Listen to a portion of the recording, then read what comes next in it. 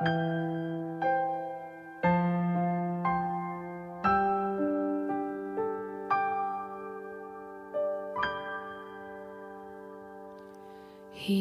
ini adalah kesempatan. Hidup ini untuk melayani Tuhan. Jangan sia-siakan waktu yang Tuhan beri. Hidup ini hanya sementara. Sekuntum bunga di pagi hari, mekar indah harum di padang yang hijau. Demikian Tuhan mendandani rumput, gugur bunga bila panas terik. Oh Tuhan, pakailah hidupku selagi aku masih kuat. Bila saatnya nanti ku tak berdaya lagi, hidup ini sudah jadi berkah.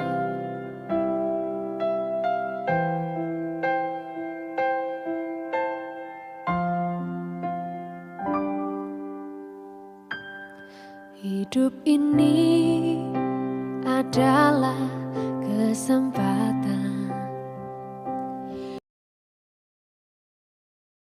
Salam saudara-saudaraku terkasih, salam damai sejahtera di dalam Tuhan Sang Pencipta dan Maha Pengasih.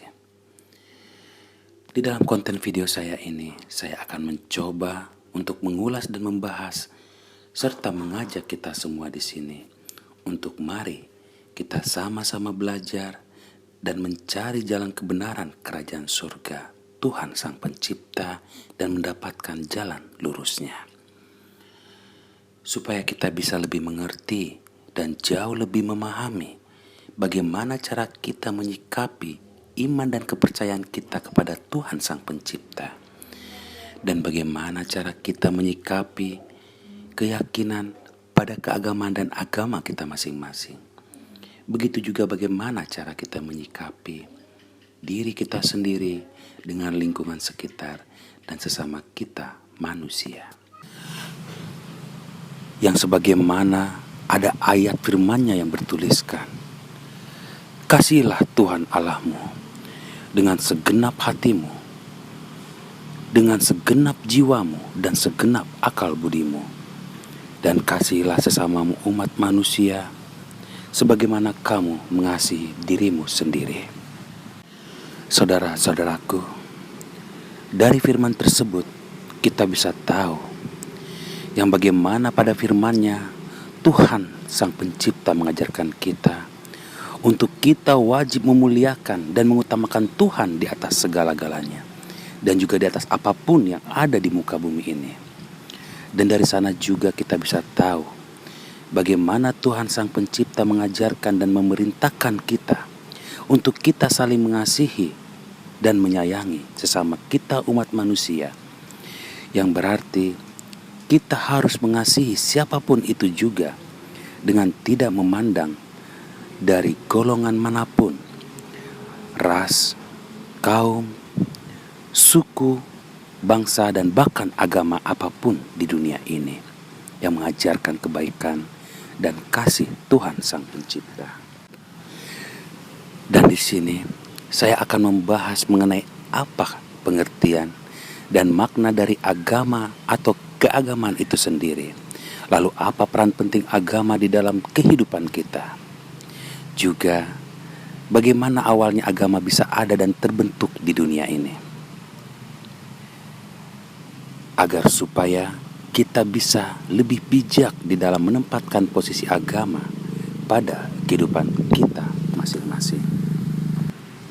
Karena ada satu hal yang harus kita tahu dan tidak bisa kita pungkiri, bahwa sesungguhnya Tuhan tidak pernah membentuk atau menciptakan nama sebuah agama apapun di muka bumi ini.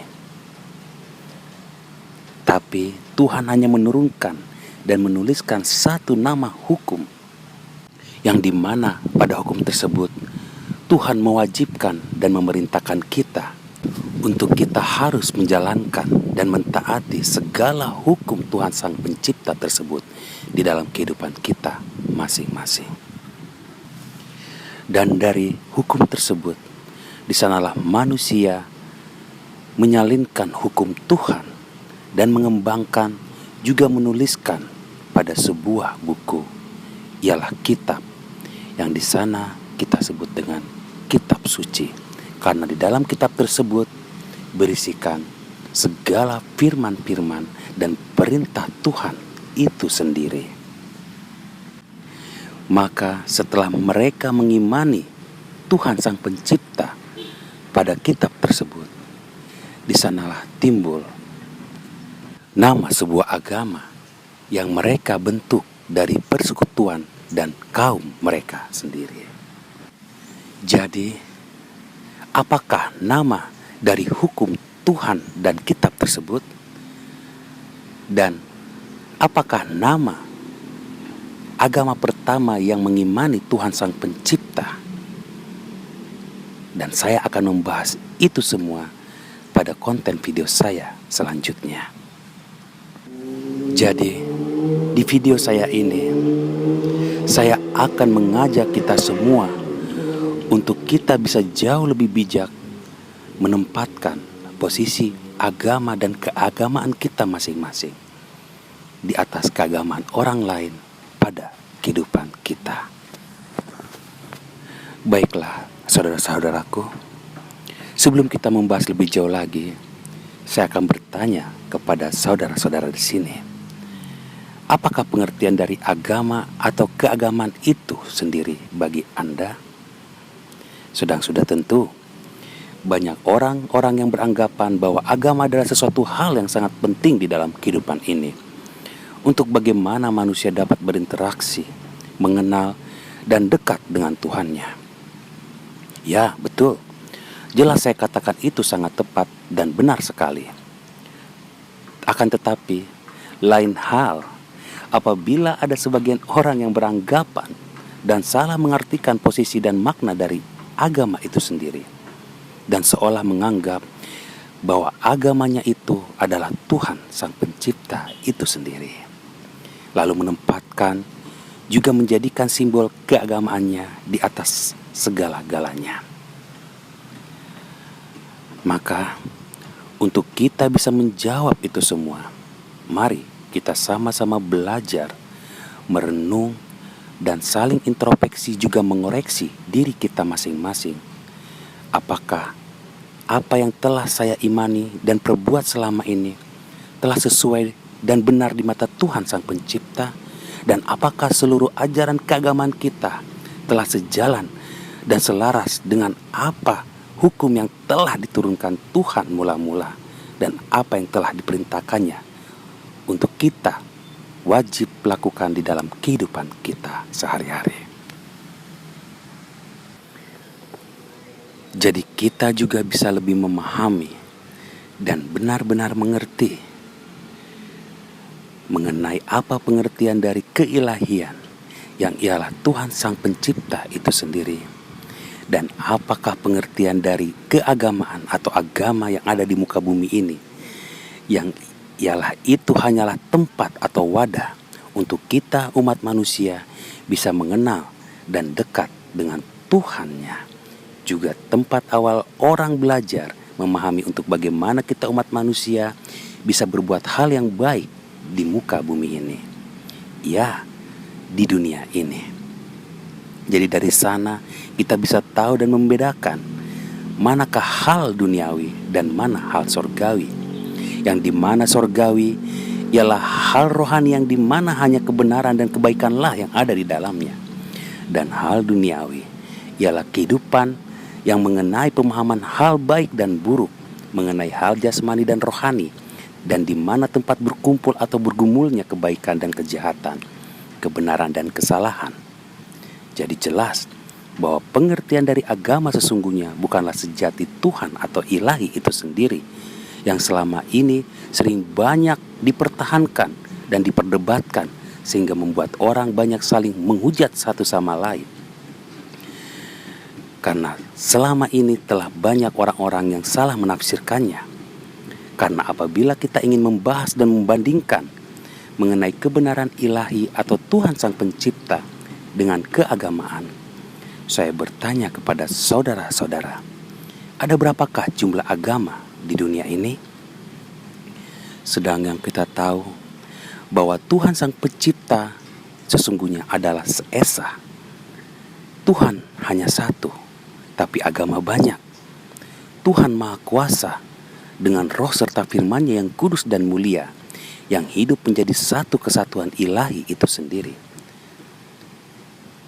Sedangkan agama, termasuk agama Anda, agama saya, dan banyak agama-agama yang lain, di antaranya semuanya memiliki kebiasaan keagamaan dan peraturan agamanya masing-masing.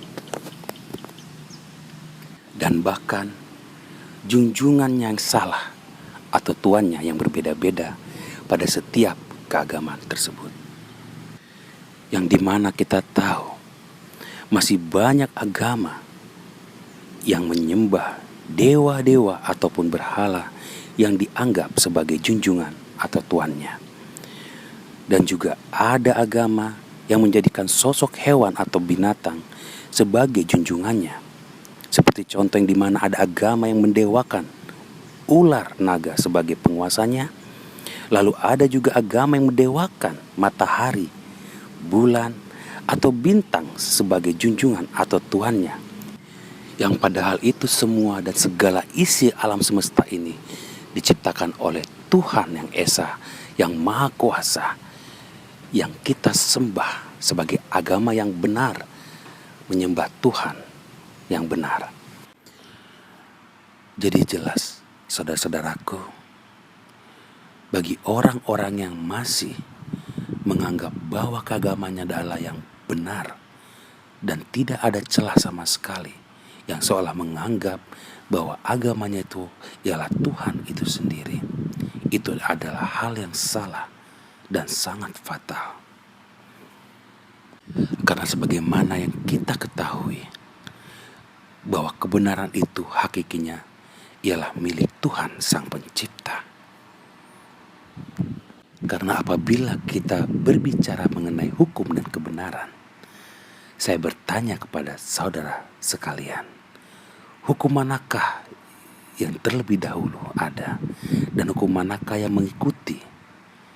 Hukum Tuhan Sang Pencipta yang mengikuti hukum agama, ataukah hukum agama itu sendiri yang wajib mengikuti hukum dan peraturan yang telah ditetapkan oleh Tuhan Sang Pencipta?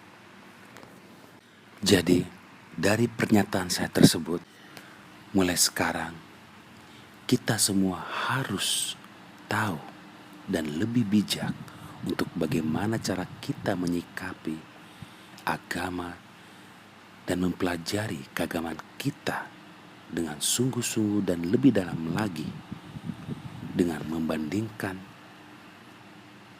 kebijakan dan kebiasaan pada keagamaan kita dengan perintah dan firman Tuhan itu sendiri. Apakah keagamaan saya telah benar-benar selaras dengan apa yang telah diperintahkan oleh Tuhan kita Sang Pencipta? Dan dari sana yang akan mengharuskan kita untuk membuka mata serta pikiran kita semua, bahwa kitab yang telah kita ketahui dan kita pegang selama ini bukanlah kitab yang sesungguhnya atau sejatinya, ialah hukum atau kitab yang Tuhan tetapkan pada awal mula Tuhan memberikan hukum dan peraturannya di muka bumi ini. Tetapi kitab pada keagamaan kita ialah kitab yang dibentuk dan disalin oleh si pendiri awal mula pada keagamaan kita masing-masing. Yang mungkin saat itu, setelah si pendahulu atau si pendiri agama pada keagamaan kita masing-masing mulai mengimani dan mempercayai dengan sungguh-sungguh Tuhan Sang Pencipta. Dan dari sanalah mereka mulai membentuk kitab untuk keagamaan mereka dengan menyalin dari hukum-hukum perintah Tuhan yang tertulis pada kitab utama atau pada kitab suci yang murni berisikan firman Tuhan itu sendiri, yang dimana kitab itu ialah kitab hukum Taurat atau hukum Taurat, dan juga kitab Injil ialah kitab janji keselamatan yang sesungguhnya telah Tuhan firmankan untuk kita semua umat beragama yang meyakini kepada Ia Tuhan Sang Pencipta, agar supaya kita sungguh-sungguh wajib mengimani Taurat dan Injil.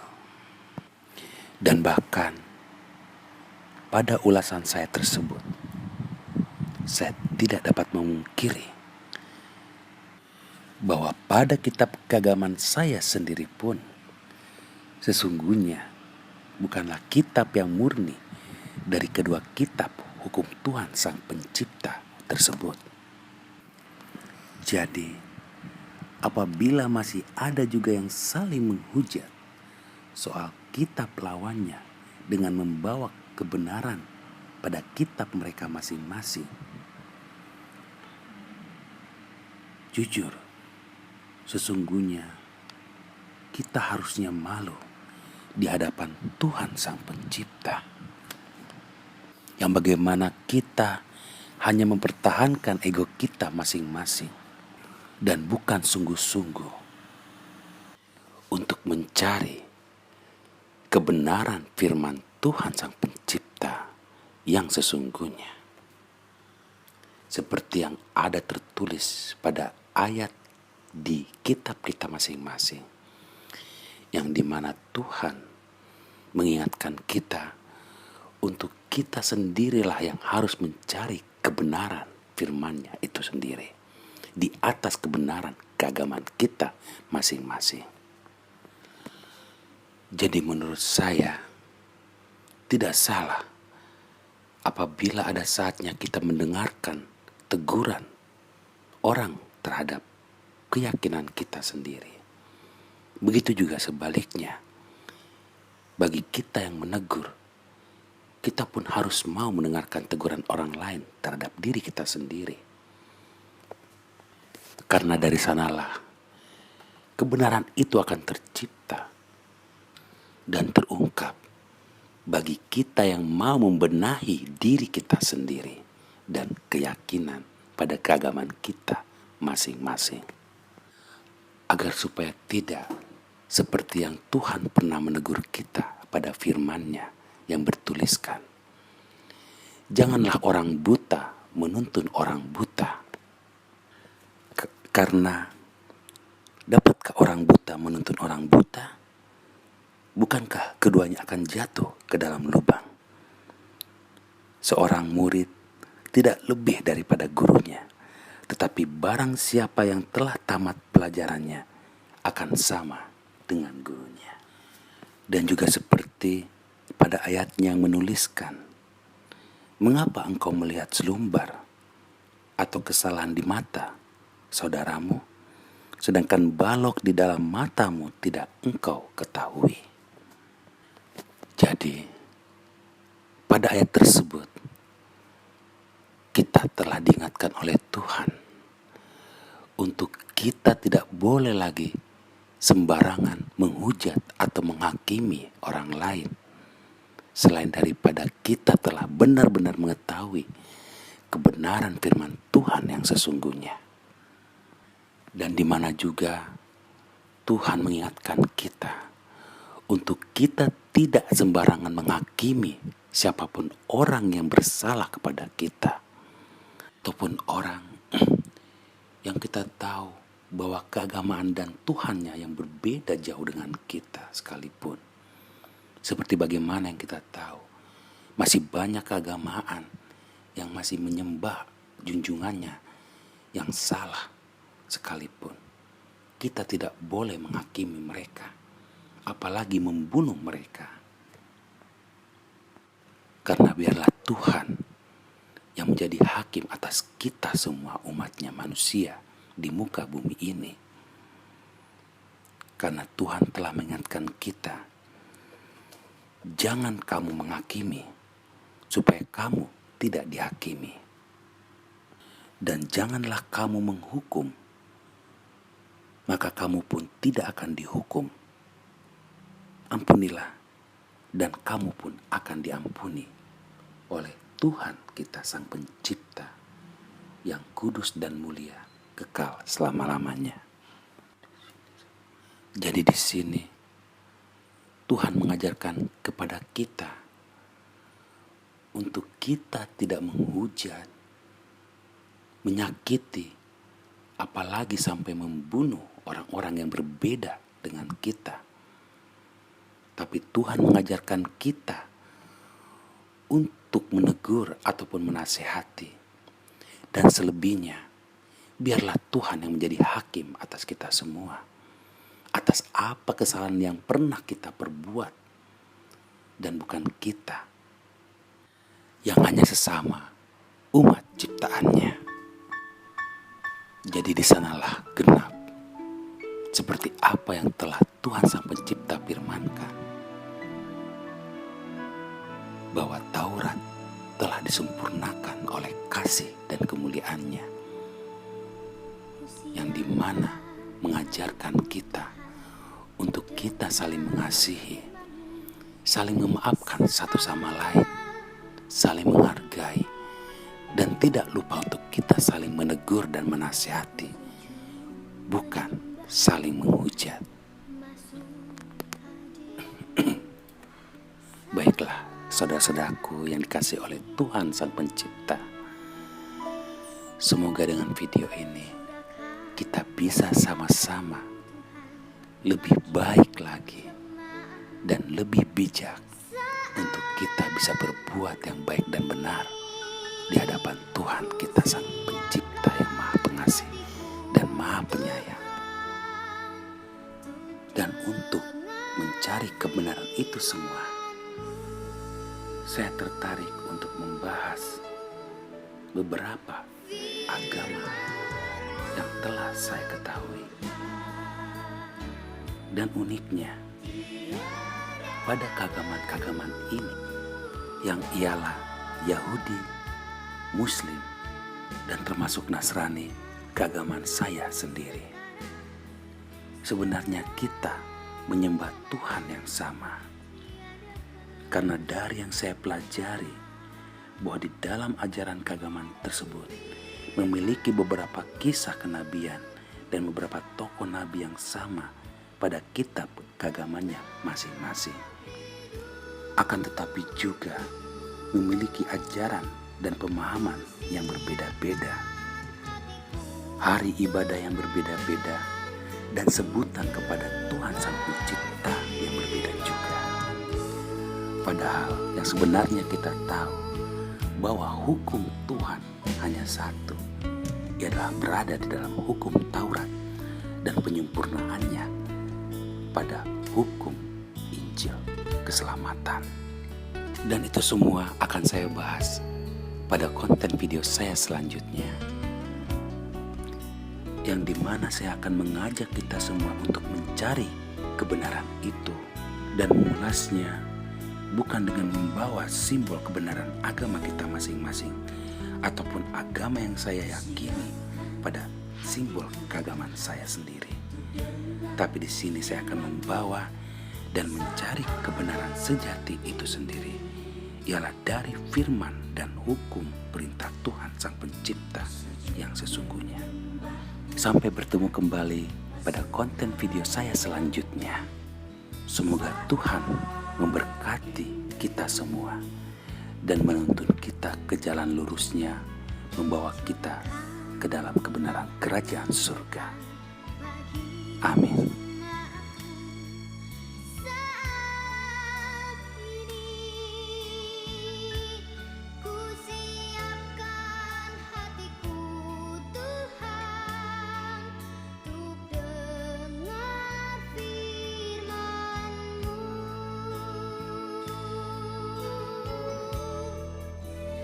Firman-Mu